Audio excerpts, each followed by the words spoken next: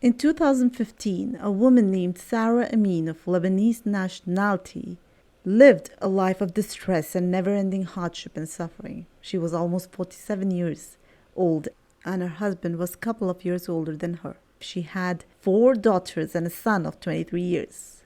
All her life, she was tormented. Her husband, who was a violent man, and who treated her very badly, beating and insulting her, and had a very strange behavior. She was deprived of visiting her family for more than 20 years. He told her that you'll never visit your family members again and end your relationship with them. That is, discontinue meeting them. He made it clear that he was everything in her life. Now, they lived in the mountains in Lebanon, specifically in Doha Harmon. As I said, this woman had or didn't want to live a hard and miserable life. And at the same time, she didn't want to abandon her children. She had 5, as I said before, and the man always threatened her that he would leave her.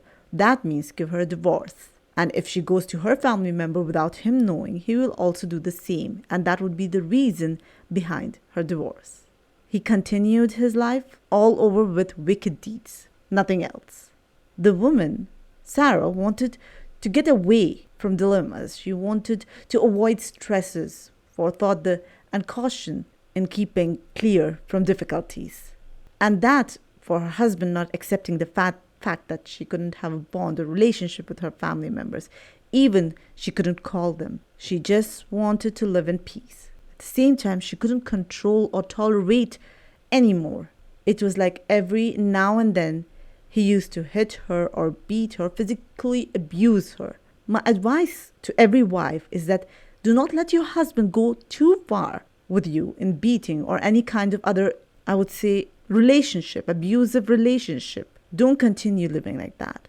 Because an abusive relationship always involved an imbalance of power and control. And this is a part of domestic violence, which is a serious threat for many women out there. At times, someone can wonder that the person is not in an abuse or is like imagining things, yet the emotional or physical pain is real.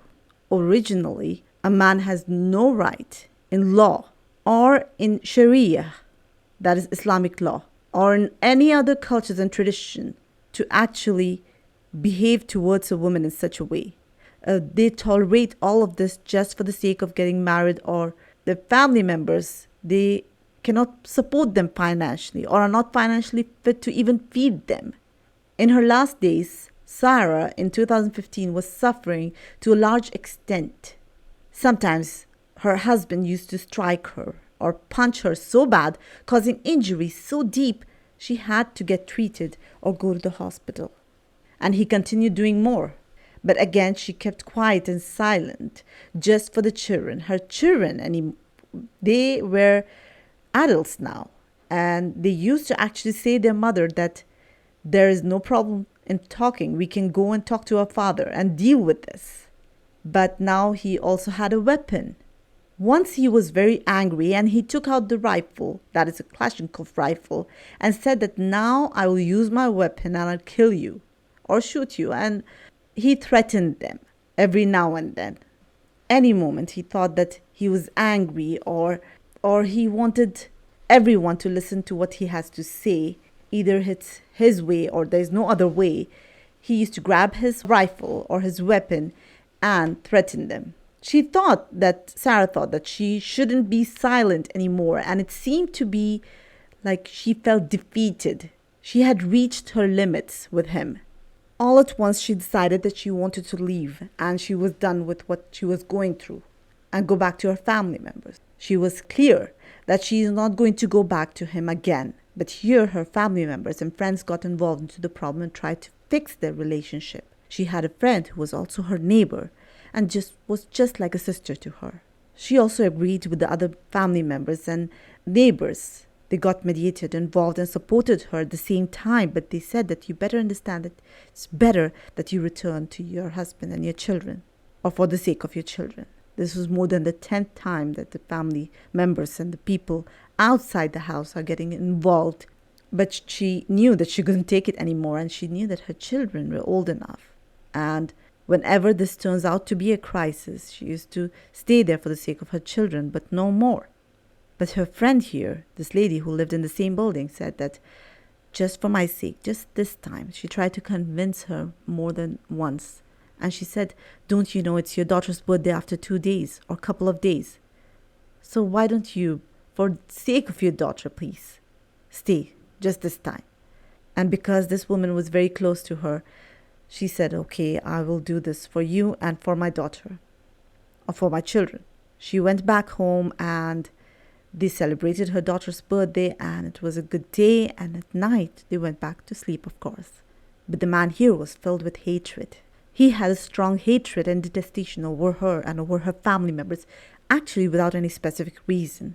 He was the one who was humiliating them every now and then without any reason. Actually, her parents, she had no brothers and sisters whatsoever, and she had only her parents and few family members and neighbors, and that's it. And they actually did not transgress with him. But again, he was discussing this thing before sleeping, that why did you leave me? Or why did you even decide to think about leaving me? And at this point, she ignored everything, every word he said, and went back to sleep. He sat there thinking that she did not come by herself because he wouldn't forgive her for what she had done.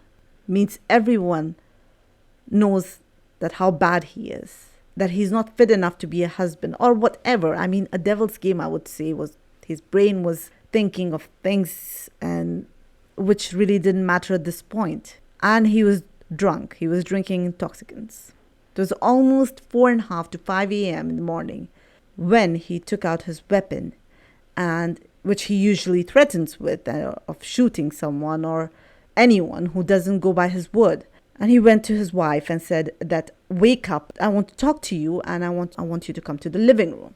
Here the woman was afraid, and she was scared actually, that this man is up to something and there's something going on in his mind. So when she went to the living room, he said that your friend convinced you to come back, while when I asked you or begged, you never listened or even got convinced of any word I said. She was asking him that every now and then you want me to go according to your needs and not listen to what I say. And they started screaming at each other. Now this man was holding a rifle, as I said, and she thought he was just going to threaten her. But this time it was real. He shot her, and the first shot hit Sarah's shoulder, and it was just a scratch. I mean, it was not deep, or it didn't injure much. And thank God at that time, and there was no calamity. But because Sarah couldn't believe that he shot her, he actually was holding the rifle against her. We know that. He used to threaten. We know that. But he shot her, and this made her extremely angry, or maybe she was afraid or petrified that she started screaming that I will show you. I will go to the police and inform them. And here he thought, I think that's it, that everything is over. So he started shooting her randomly, or I would say vigorously and literally on her skull. I don't think by now, after him shooting several times, she had any facial features which were clear enough left or not to be seen. That's how many times he shot Sarah on her head. She fell on the ground, and her children woke up from the first shot itself, and they entered, and they were actually watching whatever was going on at that time. Literally, she was floating in her own blood. And of course, the woman died. Her children started yelling and screaming, and they were asking the father that, what did you do? Why, Dad? Why did you shoot our mother? Why did you kill her? And he replied that your mother committed suicide. I mean, I don't know what to say. They were actually the witnesses here. The boy said that you literally slaughtered our mother. And again, the man was repeating that your mother was the one who has committed suicide. Here they went and informed the police, and by now the police arrived and arrested the man and took the weapon. They sent the body to the forensic department, and the situation was quite tragic. Sarah's parents were taken to the intensive care when they heard that their daughter was killed by this man. And it was not enough for this man that they were deprived of their daughter, and they knew she was suffering but couldn't do anything. Her death came to them as a shock, an extreme shock which left them. They ended up in the hospital and they were in the bed of sickness. And of course, the case here went to the prosecution and they investigated with the husband. The husband seemed to deny. He said none of this was true. And they asked, why did you shot your wife? And he said that, again, she had committed suicide. She took a weapon and she shot herself. So they asked, how could she shoot herself from a long distance? They thought that this is a psychological state of this man maybe suffering. But in the court, the first time, his eldest son, he went to the court and he stood against his father and he was the witness. We have rarely heard that a father or a son could be standing against his father in the case of murder especially. They thought that this man, after saying several times that she committed suicide, and they knew, or it was clear that she didn't. I mean, she couldn't have actually shot herself several times and making her facial features disappear. That would be impossible. But that made them think that this man would be insane or something.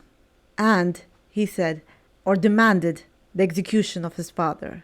He said that his father was mentally fine and was extremely despicable. And he also threatened him and his siblings and his mother every now and then, threatened to kill them and assaulted his mother.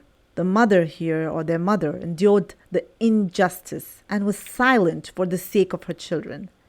But their father, who does not leave evil, and indeed he was sentenced to death after the sessions of the court. But until now, the verdict has not been implemented because from the latest news, it was that he was referred to a psychiatrist, saying that he had psychologically or he was mentally ill.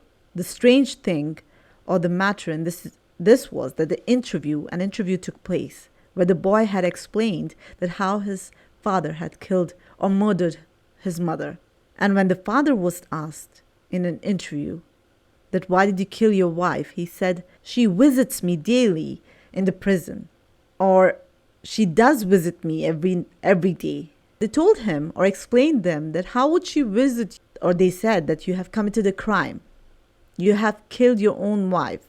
He acted as if he was insane, but maybe or really he wanted to show that he was mentally, or he was pretending to be insane in order to escape the execution.